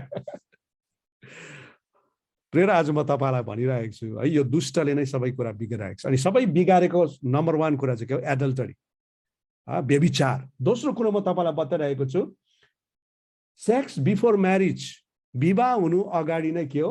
सम्बन्ध। एफिसीको किताब 5:3 म पढिराखेको छु। एफिसीको किताब 5:3 अब प्राय मेरो वचनको अन्त शिक्षाको अन्ततिर लागे। अब शिक्षा भन्ने कुरा अलिकति लामो नै हुन्छ प्रियहरू। वचन चाहिँ म प्राय 30 मिनट बोल्छु है, तर शिक्षा एकदमै इम्पोर्टेन्ट छ। एफिसी 5:3 तर तिमीहरूको बिचमा व्यभिचार र सारा अशुद्धता अथवा लोभको नाउँ समेत नलियोस्, जो सन्तहरूको बिचमा हुन सुहाउँदैन। सन्तहरूको बिचमा है, तपाईँ नि मेरो बिचमा हुन नसाउने कुरा चाहिँ के हो? व्यभिचार, सारा अशुद्धता, लोभको नाउँ समेत नलियोस् भनेको छ। त्यो त हामीसँग हुनै हुँदैन। यस कारणले गर्दा विवाह अगाडिको जो सम्बन्ध हुन्छ, विवाह नगरी जवानहरू सम्बन्ध गर्छ नि, यो पनि डरलाग्दो पाप हो। यो नराम्रो यौनिक कार्य हो। अर्को चाहिँ यूहन्ना 4:2 मैले तपाईँलाई हिजो पनि बताएँ, लिभ इन रिलेसनसिप, बिहा नगरी सबै बस्ने। मैले तपाईँलाई त्यो के अरे सामरी स्त्रीको विषयमा भन्दै थिएँ, 5वटा भइसकेको थियो, अहिले भएको पनि उसको होइन। यो पनि एउटा यौनिक कार्यको भुल उदाहरण हो। चौथो कुरो, टच विथ रङ मोटिभ्स है। एफिसी 5:3 हामी आउँ है। कतिचोटि पुरुषले स्त्रीलाई र स्त्रीले पुरुषलाई नराम्रो विचारमा छुने गर्छ। हेर्नुहोस् है, बाइबलमा लेख्छ सके भर त स्त्रीले पुरुषलाई, पुरुषले स्त्रीलाई नछुओस् पनि भनेको छ। यसकारण अब जस्तो हाम्रो चर्चमा चाहिँ हामी केटाहरू भिन्दै राख्छौँ, केटीहरू भिन्दै राख्छौँ। इट इज बेटर, किनकि परीक्षा त आउँछ। केटा र केटीको शरीर अलिकति टच हुँदा, जोडिँदाखेरि एक प्रकारको है नराम्रो कुराहरू शैतानले ल्याउनु स्वाभाविक हो। यसकारण हामी धेरै होसियार हुनुपर्ने कुरा छ। यसकारणले गर्दा एउटा पुरुषले स्त्रीलाई, स्त्रीले पुरुषलाई जब नराम्रो भावनामा छुन्छ भने त्यो पनि यौनिक कार्यको नराम्रो उदाहरण हो प्रियरो। 5वां कुरो, पोर्नोग्राफी। पोर्नोग्राफी भनेको चाहिँ अश्लीलता। अहिले त इन्टरनेटमा लछ्याप्रै पाइन्छ प्रियरो। आज धेरैजना पोर्नोग्राफी, यो इन्टरनेटको अश्लीलतामा फँसेको छ। लिडर्सहरू फँसेको छ, जवानहरू फँसेको छ।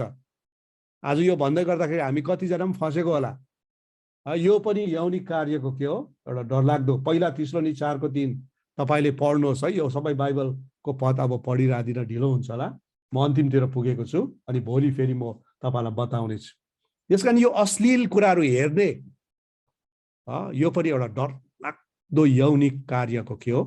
भुल उदाहरण हो। योबाट हामी बाँच्नुपर्छ। मास्टरबेसन, हस्तमैथुन भन्छ, आफैले आफैलाई उत्तेजना गराएर नराम्रो यौनिक भावनाहरू राखेर गर्ने यो एउटा मानिसले गर्ने कार्य, यो पनि डरलाग्दो यौवनको एउटा के हो? नराम्रो उदाहरण हो प्रियरो। अर्को सेक्सुअल थट्स, नराम्रो विचारहरू पनि। मत्ती 5:27 - 28 तपाईँले लेख्दै जानुहोस्। प्रभु यीशुले भन्नुभयो, यदि कसैले एउटा स्त्रीलाई नराम्रो दृष्टिले हेर्छ भने उसले अघिबाटै व्यभिचार गरेको हुन्छ। शरीर त जोडिने कुरै छैन, शरीरमा व्यभिचार गर्ने कुरा त परै जाओस्, तर प्रभु यीशुले अझै कडासँग भन्नुभयो व्यभिचारको विषयमा, नराम्रो विचार गर्दा पनि हामीले व्यभिचार गरी पठाउँछौँ। यसकारण हाम्रो थट्सहरूलाई, हाम्रो विचारहरूलाई पनि हामीले शुद्ध राख्नुपर्छ भनिकन आज म तपाईँहरूलाई उत्साह दिन चाहन्छु। अर्को चाहिँ के हो? होमोसेक्सुअलिटी। रोमी 1:24 देखि 28, लेवी 18:22। मैले तपाईँलाई हिजो पनि पढिदिएँ कि कसरी पुरुषले पुरुषसँग, स्त्रीले स्त्रीसँग उनीहरूले सम्बन्ध राख्ने विचार गरे अनि उनीहरूको त्यो कामुकतामा परमेश्वरले उनीहरूलाई छोडिदिनु भयो। अहिले यो कुराहरू हामी होमोसेक्सुअलिटी, विवाह गर्ने, केटी बिहा गर्ने, होमोसेक्सुअलिटी भन्ने कुराहरू पनि यति डरलाग्दो बिग्रेर यहाँ गएको छ। अनि बाइबल अनुसार यो पनि यौन कार्यको चाहिँ यो विकृति हो, प्रिय हो। अनि अर्को चाहिँ अझै डरलाग्दो के छ भने बेस्टिलिटी भन्छ। बेस्टिलिटी भनेको चाहिँ सेक्स विथ एनिमल्स, है, पशुहरूसँग गरिने यौनिक कार्य। लेवी 18:23 म यो पढिराखेको छु, यो सबै तपाईँले बाइबलमा पाउनुहुन्छ, प्रिय हो, है। 18:23 मा भन्छ, कुनै पशु प्राणीसित सम्भोग गरेर तैँले आफूलाई अशुद्ध नगर। स्त्री पनि सम्भोग गर्नलाई पशु प्राणीसित नसुतोस्, त्यो अस्वाभाविक दुराचरण होस्। हो, अहिले हेर्नु त यति डरलाग्दो आएको छ परिस्थितिहरू कि आज मानिसहरू स्त्रीसँग विवाह गरि, के अरे पशुहरूसँग सम्भोग गरिरहेको छ, विवाह गरिराखेको छ। अनि बाइबलले यो कुरालाई मनाइ गरेको छ, प्रिय। यो पनि एउटा डरलाग्दो कुरा हो। अर्को कुरा हो, याद गर्नुहोस्, सेक्स विदिन रिलेटिभ्स, आफ्नै आफन्तहरू बिचमा चाहिँ सम्बन्धका कुराहरू पनि छ, है। मामाको छोरी, काकाको छोरी, छोराछोरीहरू यसरी बिग्रेर गएको हामी देख्दछौँ। लेवी 20:11 र 12 म पढिरहेको छु हजुरको अगाडि। आफ्ना बाबुकी पत्नीसित,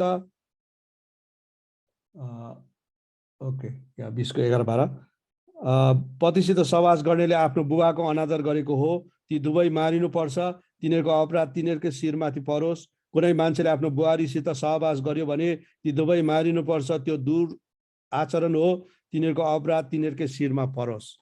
कतिचोटि है मामाको छोरा त हो, मामाको छोरी त हो, आफ्नै बुहारी हो, यस्तो भनेर यो सम्बन्धहरूमा नि आफन्तहरूमा हामी कतिचोटि याद गर्दैनौँ, तर आफन्तभित्र पनि डरलाग्दो व्यभिचार भइरहेको हुन्छ, यौवन कार्य भइरहेको हुन्छ।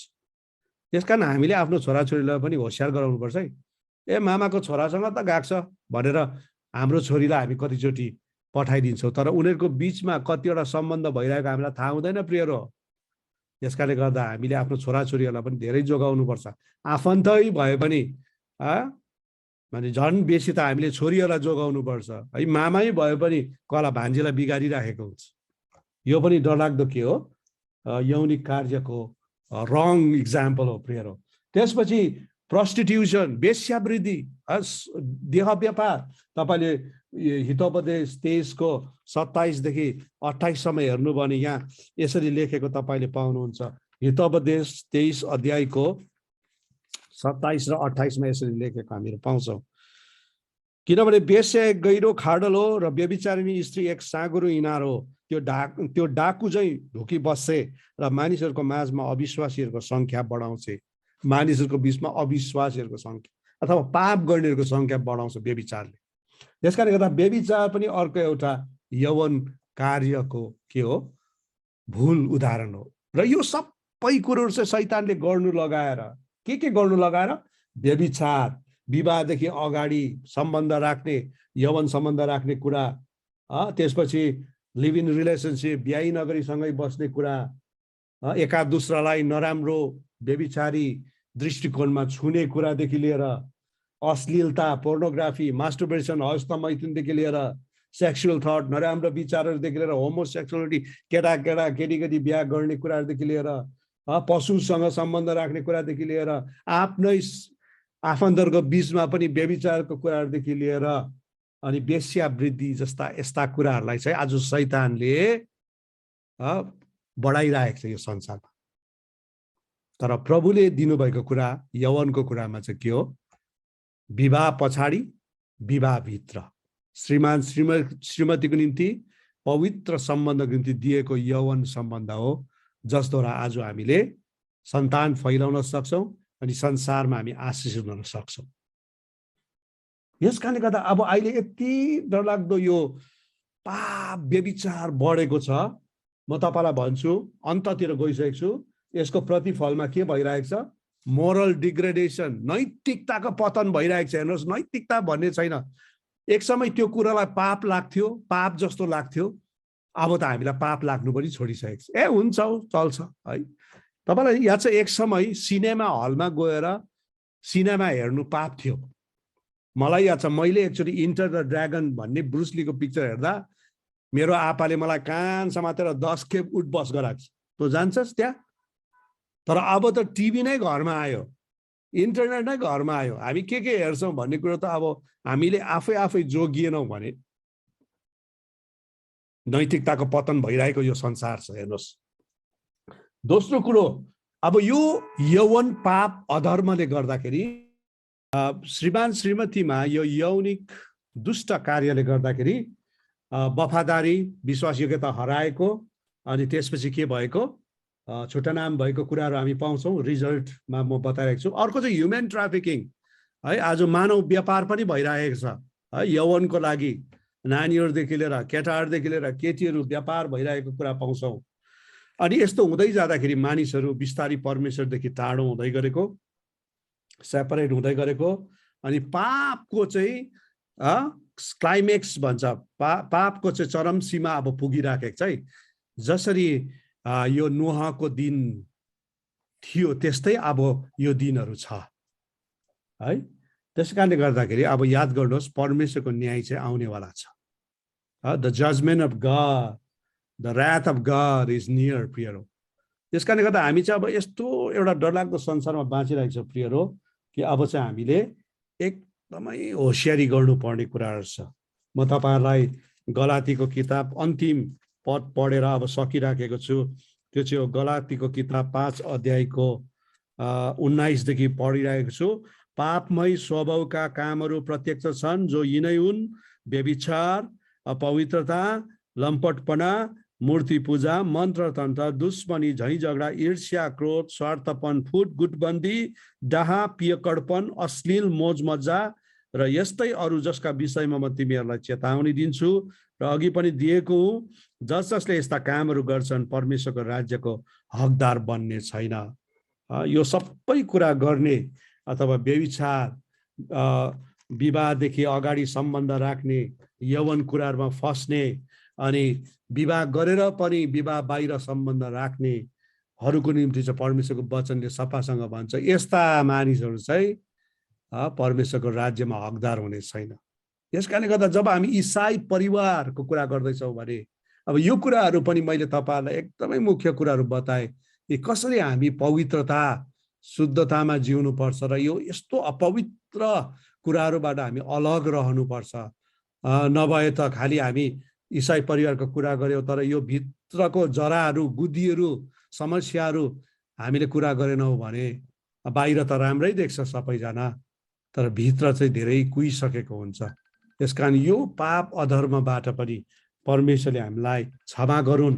हामी फर्केर आउँ प्रियहरू, प्रभुमा फर्केर आउँ, किनकि यदि हामी प्रभुमा फर्केनौँ भने है, आज साँच्चै भनौँ भने चाहिँ परमेश्वरको के भनौँ, श्राप र परमेश्वरको न्याय चाहिँ तपाईँ नि मेरो निम्ति चाहिँ राखिएको छ है।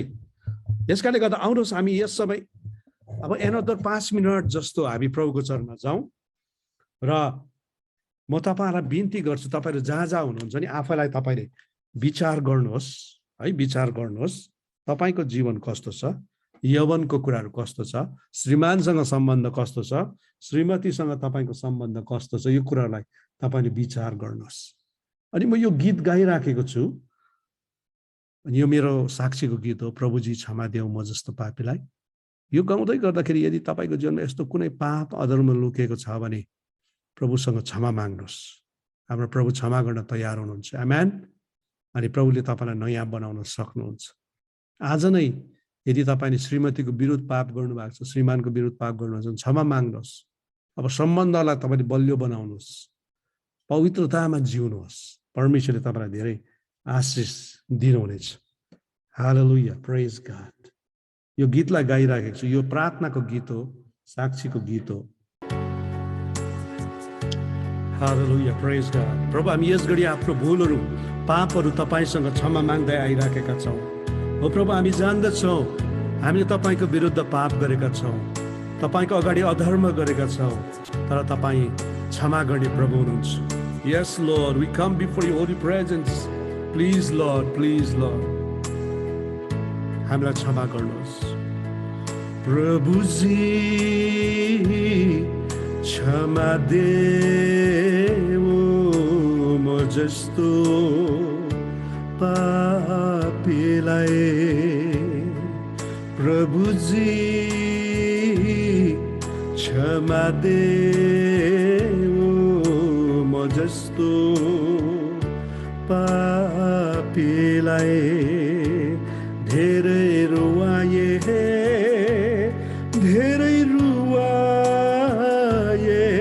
तिमीलाई मेरो जीवनमा धेरै रुवाए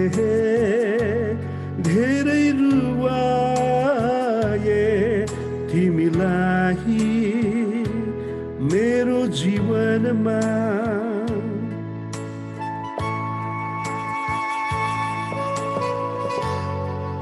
Oh yes Lord hallelujah प्रभु हामी तपाईका आउँदछौँ प्रभु हामीलाई क्षमा गर्नुहोस् पश्चातापी जीवन लिएर आउँदैछु तिमी कहाँ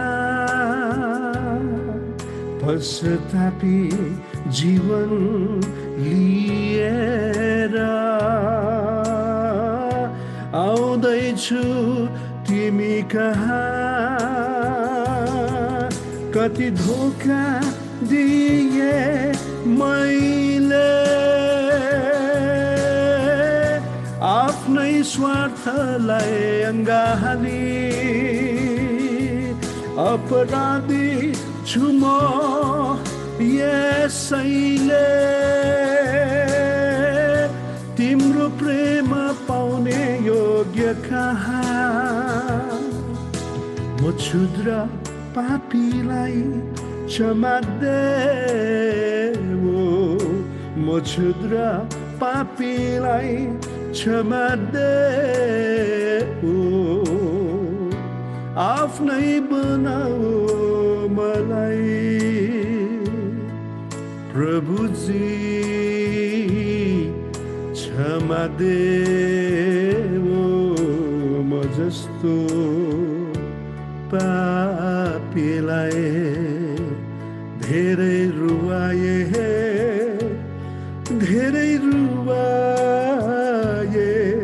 तिमीलाई मेरो जीवनमा धेरै रुवाए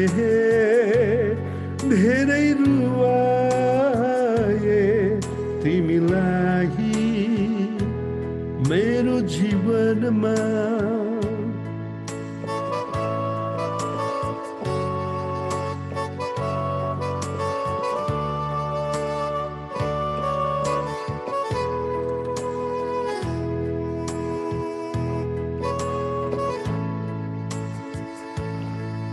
जीवनको हरेक कदममा चाहन्छु तिमीलाई जीवनको हरेक कदममा चाहन्छु तिमीलाई सहारा देऊ प्रभु जीवनको दुर्गम गोरेटोमा सङ्घालिदेऊ मेरो जीवन तिम्रै कोमल अङ्गालोमा दिनेछु प्रभु यो जीवनलाई दिनेछु प्रभु यो जीवनलाई अर्पण छु तिमीलाई प्रभुजी क्षमा देऊ म जस्तो पापीलाई प्रभुजी क्षमा देऊ म जस्तो रुवाए धेरै रुवाए धेरै रुवाए तिमीलाई मेरो जीवनमा धेरै रुवाए धेरै रुवाए तिमीलाई मेरो जीवनमा धेरै रुवाए धेरै रुवाए तिमीलाई मेरो जीवनमा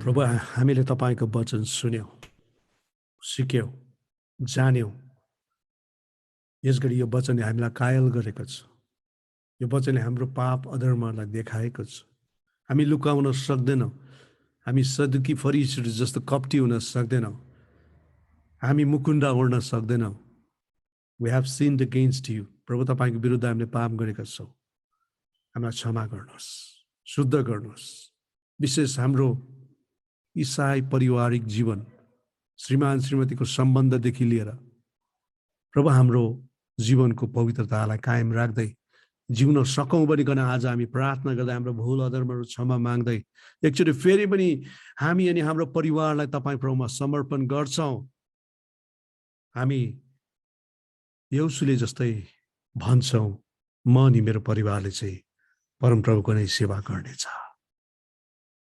प्रभु तपाईं येशू बढ्नुहोस् हामी घट्न चाहन्छौं येशूको नाममा आमेन